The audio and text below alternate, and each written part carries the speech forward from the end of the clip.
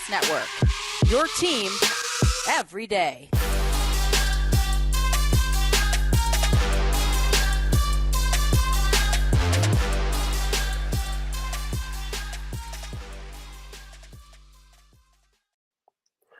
Welcome to Locked On Wizards podcast. It's your host, Ed Oliver. Thank you for making Locked On Wizards your first listen every day. We are free and available wherever you get podcasts. And today we have special guest Al Galdi of the Al Galdi podcast. He's also a co-host of the Nats Chat podcast featured on the Washington Post.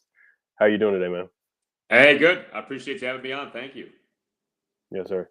Yes, we can cue Stephen A. the dang Washington Wizards. All right, so first question I just wanted to ask you. This one involves the Commanders as well. This one is a quick one because Al, he does the Commanders, he does the Nats, Capitals, any DC sports, you name it, he does it on his podcast. Who do you think between the Wizards and the Commanders has the better future, I would say, within this year coming up, this season coming up, and the season after, I would say, for the next 2 years? Well, I think because of the nature of the NFL, I'd say the Commanders, just because you can kind of fluke your way into doing well. You know, it's only a 17-game season, so you don't have to be great to do great. So I would say, like, okay, if we define success as making the playoffs, which is such a low bar, but that's kind of what we're looking at with our two teams here, I would think the Commanders are in better position. I think in the NBA, it's harder to fake it, you know, so like if you're good, that's great. But over an 82-game season, it's hard to like luck your way into the playoffs unless the conference is really bad. And of course, for the longest time, the Eastern Conference was bad, but that maybe isn't the case anymore. I mean, the East this season is the best it's been in a long time. So, yeah, I mean, you know, we're kind of arguing like who's the nicest guy in prison, but I would say probably probably the Commanders in the immediate future, even though I think you could argue the Wizards are in a better standing in terms of like where they are in their conference versus where the Commanders are in their conference. But in the NBA, man, if you're not like a top 2 or 3 seed, it's hard to do a lot. And I think that's the real problem for the Wizards right now. Right, yeah, and it's a single elimination process in the NFL. You know, you see a team like the Niners with Jimmy G, they can get hot, or a blocked punt or a blocked field goal. You never know. But 7 games where you have to beat the Sixers or the Heat in 7 games, or the Nets, it's just a tall task. So the way it's set up is tougher. But yeah, the biggest offseason question we have this year is Bradley Beal. In his contract situation, he is eligible for a 5-year, $242 million contract, supermax extension, or $252 million. How do you feel the Washington Wizards should handle his contract situation, and what is the best case scenario for the Wizards and Bradley Beal with that contract situation coming up? Yeah, I mean, there really isn't a great path to take here. I really don't like the position the Wizards have put themselves in with this Bradley Beal situation, because you look at things as they stand now, you either have to trade him, which at this point you're going to get pennies on the dollar for him because it would have to be a sign and trade, and those things almost never net the team trading the star player equal value for the player. You could lose him as an unrestricted free agent, which would be the worst possible thing.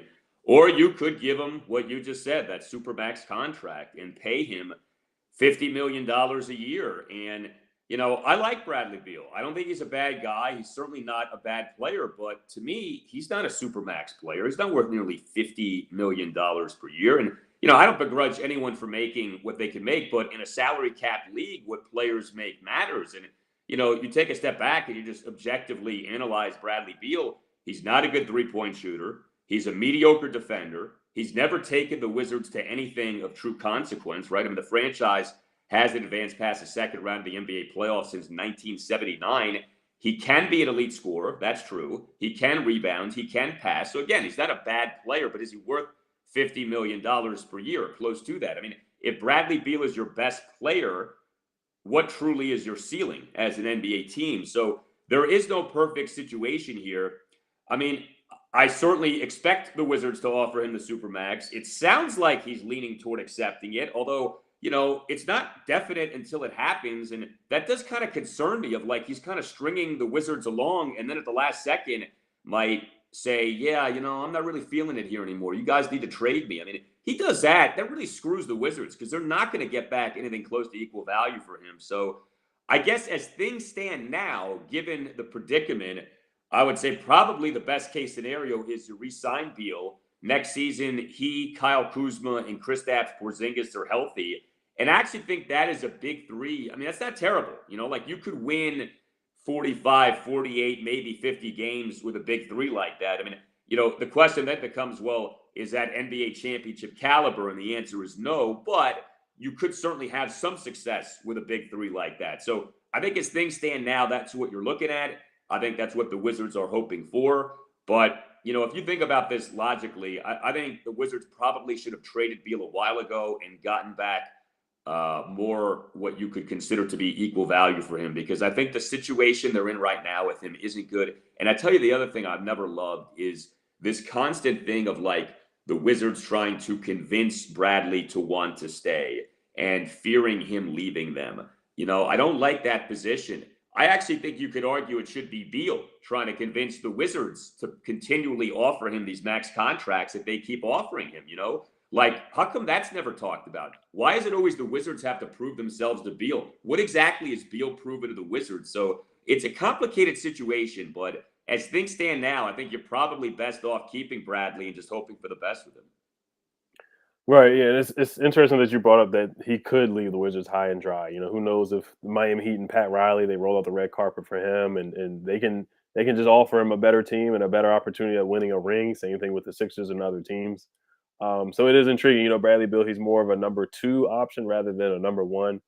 So the Wizards are putting themselves in a tough spot, giving him a huge, a massive deal like that. But I wanted to segue. You did bring up Kristaps Porzingis. Just want to get your thoughts on the trade that Tommy Shepard pulled uh, right before the trade deadline, trading Davis Bertans, Spencer Dinwiddie for Kristaps Porzingis and a second round pick. I just want to get your thoughts on Kristaps' performance so far after the couple of games that he did play in. Yeah, I thought he looked good. I mean, I thought probably the biggest bright spot down the stretch of the season was Porzingis playing as well as he did. And, the Wizards obviously became a very up and down team. At times they looked good, at times they looked awful, but Porzingis was pretty consistently good. The defense isn't always great, but he had some really impressive offensive performances. He can rebound, he can pass a little bit. So I think like the big concern with him was, okay, this knee situation, how's he looking with it? I thought he looked pretty good.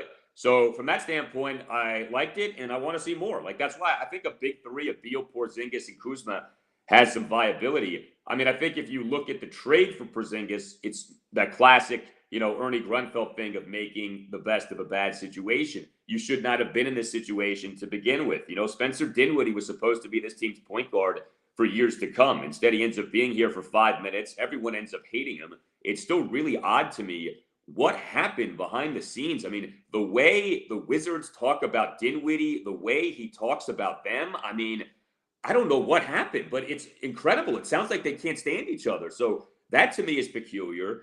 The Bertans thing, look, I'm not going to be a phony. I endorsed the Wizards re-signing him. I wanted them to re-sign him. It clearly did not work out. He hasn't touched what he was 2 years ago since then.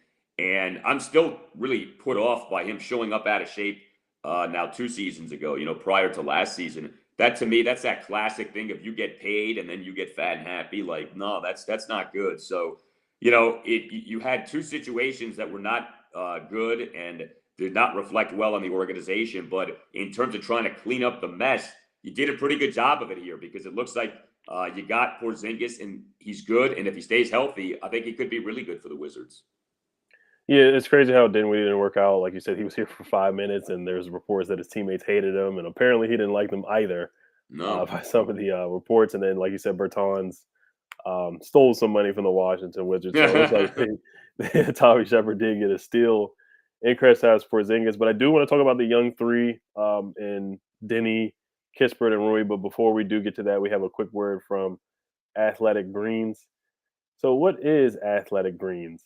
With one delicious scoop of AG1, you're absorbing 75 high-quality vitamins, minerals, whole food source superfoods, probiotics, and added adaptogens to help you start your day right. This special blend of ingredients supports your gut health, your nervous system, your immune system, your energy, recovery, focus, and aging. Also, Athletic Greens was created when the founder experienced a ton of gut health issues and ended up on a complicated supplement routine to recover. It cost him $100 a day, but he found something better. He created Athletic Greens after experiencing how difficult it was to create an optimal nutrition routine on your own. Right now, it's time to reclaim your health and arm your immune system with convenient daily nutrition. It's just one scoop in a cup of water every day. That's it. No need for a million different pills and supplements to look out for your health. To make it easy, Athletic Greens is going to give you a free 1 year supply of immune supporting vitamin D and 5 free travel packs with your first purchase. All you have to do is visit athleticgreens.com/NBA network. Again, that is athleticgreens.com/NBA network to take ownership over your health and pick up the ultimate daily nutritional insurance. So check that out. And then also, this episode is brought to you by betonline.net. Find all of the latest sports developments, league reviews, and news, including this year's basketball playoffs and the start of the Major League Baseball season. BetOnline is your continued source for all your sporting wagering information from live betting to playoffs, esports, and more. Head to the website today to use your mobile device to learn more about the trends in action. BetOnline, where the game starts. Thank you for making Locked On Wizards your first listen. For your next listen, check out the Locked On Now podcast. Nightly recaps of every NBA game with analysis from our local experts. It's free and available wherever you get your podcasts. All right, so about the young three, Corey Kispert, Denny Avdia, and Rui Hachimura, which of the three impressed you the most this season? And if you do see the Wizards making a trade, which guy would you rather keep out of the three out of the three young players? I like Avdia the best. I thought Avdia was a real bright spot, especially as the season went on. I mean, Avdia is one of these guys who can do so many things for you. And I think it's always so much fun to look at Wizards box scores after games and see what those Avdia totals are, because he can shoot the three. He can get you rebounds. He can get you assists. He can get you steals. Like, there's a real versatility with him. And, at times he's been their best defender, which, I know isn't saying much given how this team plays defense overall, but the guy can play some defense too. So, I like Avdi. I like him a lot. And, I don't really care that, he doesn't start or anything like that. It's funny with him. He seems to do a lot better when he comes off the bench, but that's fine. Like, in the NBA, it's about how many minutes you play. It's not about who starts and, who comes off the bench anyway. So I like Avdi the best. I mean, I like all three. It was a weird year for Rui, obviously, with him missing basically the first half of the season due to the personal issues. I hope that those are behind him and, he's in a good place. Obviously, the thing with Rui that really stuck out was the three-point shooting as the season went on. I think the sample was too small to say that, Rui has arrived as a great three-point shooter. But if, in fact, he has become a better three-point shooter, that's huge. I think Rui's a solid player. I think he's a guy, he's obviously not, part of your big three. But if he's part of, your top 6 or 7 guys, I think that's perfectly acceptable. I think we need to see more from Kispert. He did some good things down the stretch of the season. But I think, there's more that you want to see before, you feel great about that pick. I like the pick when they made it. And obviously, he's known as having been a great three-point shooter at Gonzaga. So I think you just want to see that more consistently at the NBA level. I mean, if you're telling me you have to trade one or more of those guys, I'm really not looking to trade Avdia. But NBA teams aren't stupid. I mean, I think they see that Avdia is probably the best out of those three. And he would have some real trade value, but I would not be in a rush to trade him. And you'd have to be really getting someone who you feel great about to include Avdia in a trade package. Otherwise, to me, I look at Avdia as a piece around whom you can build. He's part of your nucleus. He's not the featured part, but I think could be a real key part of what the Wizards do moving forward. Yeah, Denny definitely showed some flashes. Throwing up the clamps defensively. Yeah. Yeah, he was guarding Giannis in the beginning of the year, Brandon Ingram, Jimmy Butler. So he showed a lot of potential. All three guys showed some flashes. We just want to see more consistency. Are they number one options or number two options? We just don't know yet. We need to see more, like you said, about Corey Kispert as well. Rui shot the three a lot better from outside as well. So comparing the Wizards' future and what they're going into compared to some of the other lottery teams that are in the lottery, like the Magic, the Pistons, Pacers, the Rockets, and Thunder, which do you think the Wizards have a better future or more of a sense of direction than those teams? I mean, I think that like it's weird with the Wizards because they were not a good team these last few years. But if you told me they win like 47 games next year, I could see that happening. Like they have talent, and if guys just stay healthy and the Wizards actually get along and don't hate each other's guts, as we've seen happen too often over the years, I think this team could do well. So, like, if you said to me, the Wizards, out of all those teams you just mentioned, end up having the best 2022-2023 season, I would believe that. You know, it feels to me many times like the Wizards are their own worst enemy. You know, and like I feel like this past season was a perfect example of that. This was a team that was good enough to be 10-3, and yet this was a team that was bad enough to be as bad as the team ended up being the rest of the season. And, you know, the defense, which was such a strength over those first 13 games, became such a problem. And all of the obvious internal issues that arose. And it's like, if you just could get out of your own way, you know, because like defense to me isn't about you lack defensive talent. I think it's more just about effort and communication. And you would hear Wes Unseld Jr. talk about that stuff during his post-game press conferences. I mean, guys getting along is just about guys being mature and about, to be honest, you know, a guy like Wes doing a better job of policing things behind the scenes. But I don't look at the Wizards and say, like, there's nothing here. Like, there is stuff here. I think that's part of what makes things so tricky. And it's like, you know, I can understand it from a Wizards perspective, especially with the Beal stuff of, like, you don't want to just blow everything up because there are things here. It's just like you look at the bigger picture, and it's been so long since the Wizards were anything close to championship caliber that you're like, well, where exactly are we? But, you know, I've been a fan of the Bullets/Wizards my whole life as a sports fan. I still feel like this team can be good, and I still want to believe that this team at some point can be NBA championship caliber. I always just try to look at things as, okay, what puts us on the best path to that? Because it's at the end of the day, it's not about winning 45, 47 games. It's about being in that 50, 60 win territory and being a top 2 or 3 seed in the East and making the NBA Finals. Like, that's really how you have to be looking at things. But I don't see the Wizards as being like a disaster. I see the Wizards as constantly getting in their own way, and like I said, at times being their own worst enemy.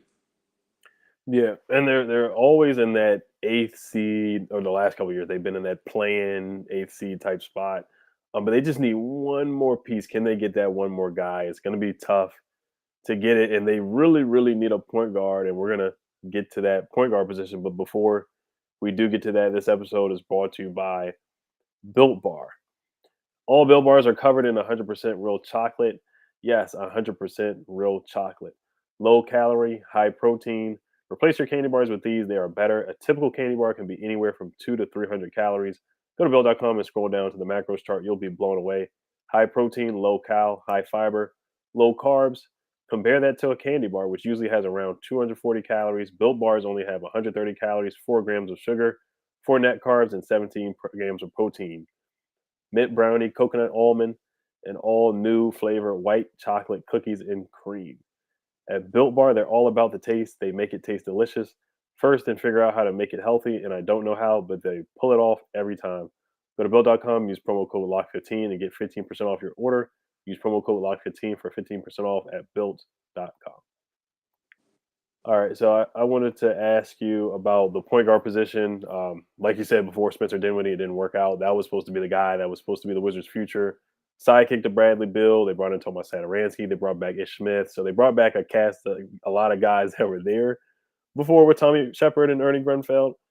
How do you see the Wizards attacking the point guard position? There was a list of names that was brought up on NBC Sports Washington, Malcolm Brogdon, DeJounte Murray, and then also another familiar name, John Wall. How do you feel about that name, the guys on that list, and how do you feel the Wizards will look at the point guard position?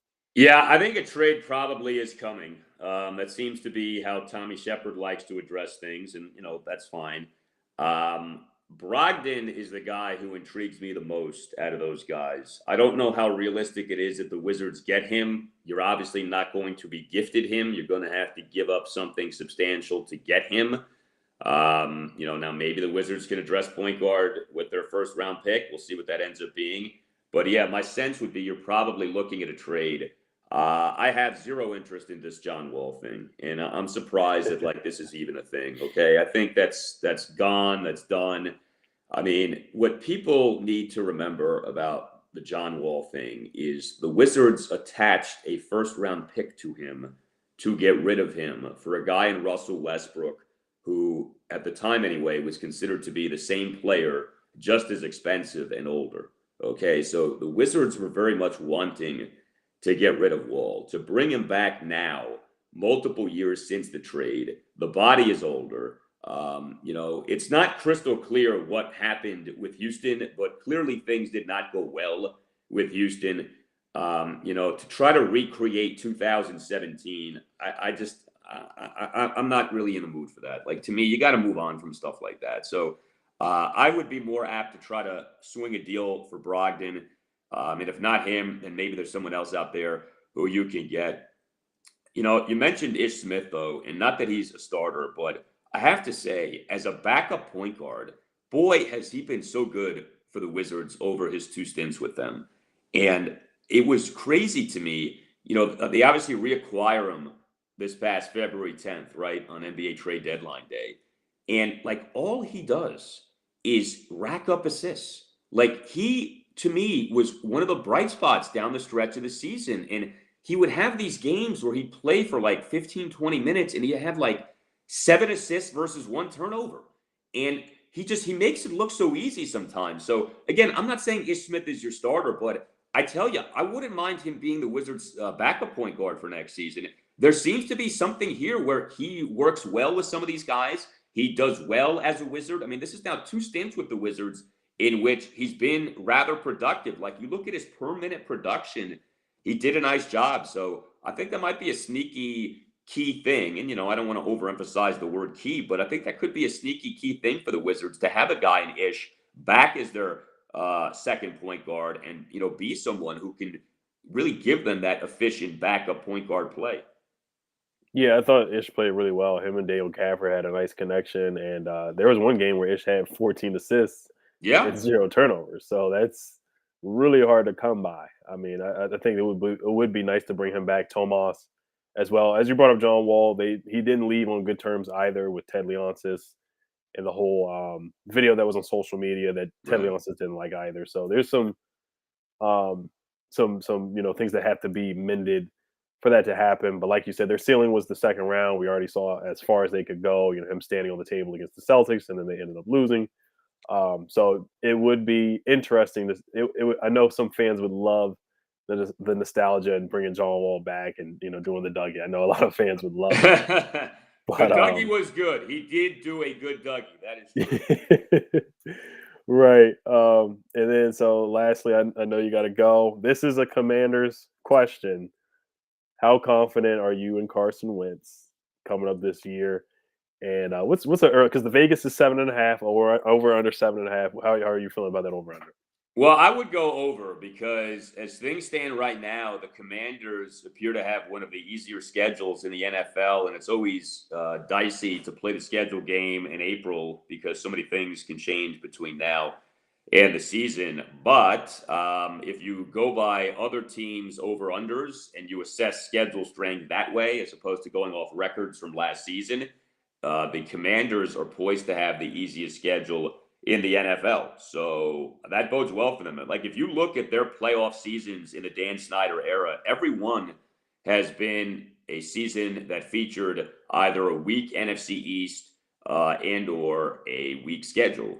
So that seems to kind of be the formula in recent times for the team doing well. So I'm actually bullish on the over for the Commanders with the win total. As far as Carson Wentz, I mean, look, it's impossible to ignore the Commanders being his third team in 3 seasons. It's impossible to ignore the Colts having traded Wentz after just 1 season. I think you're being naive if you don't give at least some credence to these reports that have been out there about, him lacking in leadership and him not being the most coachable player and things of that nature. But I would say a few things. Number one, Ron Rivera is not a dummy, right? So he's aware of these concerns. He does appear to have talked to a lot of people about Wentz. And if you buy into, and I do, that the bulk of Wentz leaving the Colts after 1 season was the owner souring on Wentz, maybe more so than the football people, then there is reason to believe that maybe, Carson Wentz isn't this like horrible human being that some people have made him out to be. Another thing, too, is if you're Carson Wentz, right, this is probably it for you as a starting quarterback. Like, if this doesn't work out, then where exactly are you? So you would think that there's going to be a motivation and a focus for him to better himself in whatever ways he needs to better himself and to be on his best behavior. I thought his introductory press conference was good. He didn't shy away from maybe having been guilty of some things in the past, so maybe there's a humility here. We know he's a very religious guy, so maybe some of that has sort of compelled him to say, hey, I have gone wrong in some ways. I need to be better when it comes to being a leader and being more coachable. But I think the bottom line is this. He's not an awful quarterback. Like if you're being honest, he's like a middle of the pack quarterback. If you look at some of the numbers last season, he was actually better than middle of the pack. It's kind of a tricky statistical profile. Some of the numbers are good, some aren't. But I think if he could just play as like a middle of the pack guy, like he's the 15th best starting quarterback in the NFL. That's an upgrade from what the team has had over the last really 4 years, So if you just get that and you enjoy reasonable health on offense, which the team did not last season, and the defense plays as it did in the second half of last season as opposed to the first half of last season, I do think that the Commanders can go, say, 9-8, maybe 10-7, especially given that schedule. I mean, I have no delusions of the team being like a Super Bowl contender, but I don't think the team, it's kind of like the Wizards. The team isn't as bad as we sometimes think it is. It just can feel that way, especially with the Commanders because of all the off-the-field stuff. But the roster does have some strengths, and if the team has a good draft, then I don't think it's all gloom and doom with the Commanders. Like, I as a fan, fully expect this team to very much be in the playoff hunt, and I would be disappointed if the team didn't have, say 9 wins next season. Yeah, I like it. As a Commanders fan myself. I think that first place or weakest schedule should definitely help us out there, and I'll be rooting for Carson. And I know you think the Commanders should draft a quarterback, but I don't know if that would help Carson. You know how confidence is, so I don't know. Well, if they like a quarterback, I want them to take one. I don't want them to force it. I look at Malik Willis, right, and I'm very intrigued. And I just think if they're intrigued, they shouldn't let the presence of Carson dissuade them from taking Malik. But otherwise, yeah, I tend to think probably part of the reason for the trade is that the Commanders don't love the quarterbacks in this draft. Right. That makes 100% sense. Before we head off, I just want to thank you guys for making Locked On Wizards your first listen every day. Now make your second listen Locked On NBA. From the first jump ball of the play-in tournament to the last possession of the finals, Locked On experts take you deep inside the playoffs with insight and analysis affecting all 30 teams. And before you head off, Al, is there anything that you wanted to plug or promote? Well, I do the Al Galdi podcast. New episode is out each weekday morning by the 5 a.m. hour. I talk a lot of Commanders and Wizards and Nationals and Capitals. So definitely would encourage people to check that out. And if you're a Nationals fan especially, I do the Nats Chat podcast with Mark Zuckerman. We come out with an episode the morning after every Nationals game. So, yeah, a lot of DC sports talk. But I appreciate you letting me plug those things, and I appreciate you having me on. Definitely. Thanks for coming on, and have a good one. Thank you guys for listening.